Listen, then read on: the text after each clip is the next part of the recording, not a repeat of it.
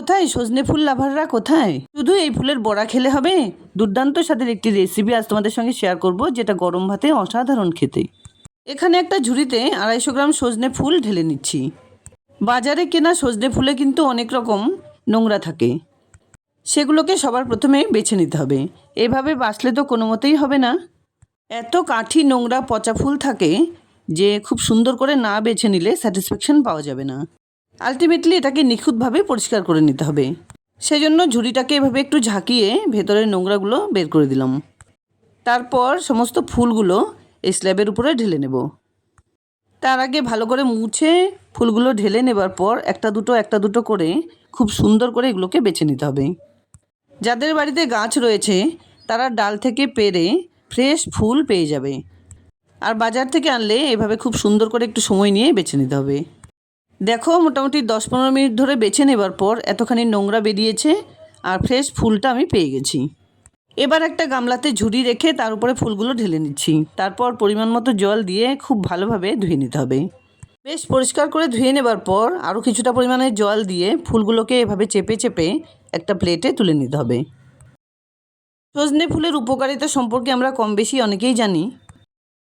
এতে আছে প্রচুর পরিমাণে ভিটামিন, আয়রন, ক্যালসিয়াম, ম্যাগনেসিয়াম ও খনিজ পদার্থ। রোগ প্রতিরোধ করতে এর জুড়ি মেলা ভার। তাছাড়াও বসন্তকালের বিভিন্ন রকম রোগের হাত থেকে রক্ষা করে এটি। অ্যান্টিপক্সেরও কাজ করে। তাই এই বসন্তকালে কোনো না কোনোভাবে সজনে ফুল খাওয়া উচিত। একটা বাটিতে 1 টেবিল চামচ সাদা সর্ষে সঙ্গে 1 টেবিল চামচ কালো সর্ষে মিশিয়ে খুব ভালোভাবে ধুয়ে নেব। তারপর সেগুলোকে একটা ছাঁকনিতে ছেঁকে নিয়ে একটা মিক্সার গ্রাইন্ডারে তুলে নিলাম। এর সঙ্গে দিয়ে দিলাম 4-5টা কাঁচা লঙ্কা, একটা টমেটো। এবার একটুখানি জল মিশিয়ে খুব সুন্দর মিহি পেস্ট বানিয়ে নিচ্ছি। এখানে দেখো, খুব সুন্দর স্মুথ পেস্ট বানিয়ে নেওয়া হয়ে গেছে। এবার একটা কড়াইতে পরিমাণ মতো সর্ষের তেল গরম করে ফোড়নে দিয়ে দিলাম 1/2 চা চামচ কালো জিরে, একটা শুকনো লঙ্কা, একটা কাঁচা লঙ্কা। মাঝারি সাইজের একটা বেগুন থেকে অর্ধেকটা বেগুন এরকম ডুমো করে কেটে নিয়েছিলাম, সেটা দিয়ে দিলাম। বেগুনগুলোকে হালকা করে কিছুক্ষণ ভেজে নিতে হবে।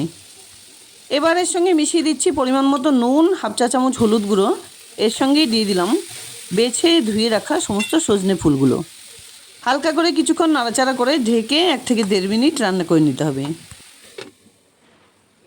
এবার ঢাকনা নামিয়ে খুব ভালোভাবে নাড়াচাড়া করে এগুলোকে একটু রান্না করে নিতে হবে। ফুলগুলো খুব সুন্দরভাবে মজে গেলে মিশিয়ে দিলাম বানিয়ে রাখা সর্ষে বাটা। আর এর সঙ্গে 1 চা চামচ চিনি মিশিয়ে দিলাম।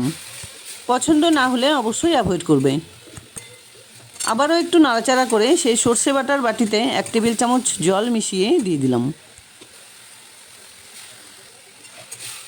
খুব সুন্দর করে নাড়াচাড়া করে মিশিয়ে দিলাম কিছুটা পরিমাণে ধনেপাতা কুচি। এতে কিন্তু কোনো রকম গরম মশলা ব্যবহার করার দরকার নেই। ধনেপাতা আর সর্ষে বাটার গন্ধেই রেসিপিটির টেস্ট আরও ভালো হবে। ঢেকে আর একটু রান্না করে নেবার পর হাতা দিয়ে এভাবে একটু থেতলে নিতে হবে, যাতে বেগুনের টুকরোগুলো খুব সুন্দরভাবে ফুলের সঙ্গে মিশে যায়। সজনে ফুল এভাবে যদি না খাওয়া হয়ে থাকে তাহলে অবশ্যই একবার ট্রাই করার অনুরোধ রইল। গরম ভাতের স্বাদ কিন্তু অসাধারণ। ইচ্ছে হলে নামানোর পর 1 টেবিল চামচ কাঁচা সর্ষের তেল মিশিয়ে দিলে আরও ভালো লাগবে। রান্নাটা কিন্তু আমার এখানে হয়ে গেছে। এবার এটাকে নামিয়ে নিচ্ছি। সর্ষে বাটার বদলে পোস্ত বা তিল বাটা দিয়েও এই রেসিপিটি ভালো লাগবে। তবে সর্ষে বাটার যে সুন্দর একটা ঝাঁঝ পাওয়া যায় সেটা কিন্তু পাওয়া যাবে না। যাই হোক, দুর্দান্ত স্বাদের সজনে ফুলের পাতুরি আমার এখানে রেডি অ্যান্ড সার্ভড। রেসিপিটি ভালো লাগলে লাইক, শেয়ার, কমেন্টস করতে ভুলবে না প্লিজ। দেখা হচ্ছে নতুন কোনো রেসিপি নিয়ে। ভালো থেকো, ধন্যবাদ। আর এরকম নিত্য নতুন রেসিপি পাওয়ার জন্য প্লিজ চ্যানেলটাকে সাবস্ক্রাইব করে পাশে থাকা বেল আইকনটা অল করে দিও।